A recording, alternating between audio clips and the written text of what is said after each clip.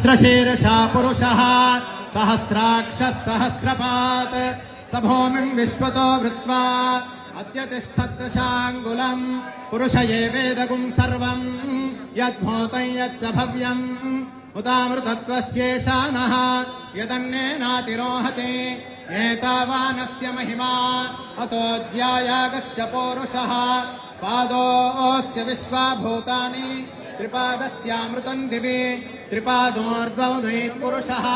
पादोऽस्येह भवात् पुनः ततो विश्वम् व्यक्रामत् शासनानशने अभि तस्माद् विराड जायत विराजो अधिपूरुषः स जातो अत्यरिच्यत पश्चात् भूमिमथो पुरः यत्पुरुषेण हविषा देवा यज्ञमतन्वत वसन्तो अस्यासीदाज्यम् ग्रीष्म इद्मः शरद्भविः सप्तास्यासविमृधयः सप्तसमिधः कृताः देवा यज्ञम् तन्वानाः अबध्नम् पुरुषम् पशुम् तैयज्ञम् बर्हिषि प्रौक्षन् पुरुषम् जातमकृतः तेन देवा अयजन्त साध्या ऋषयश्च ये तस्माज्जज्ञा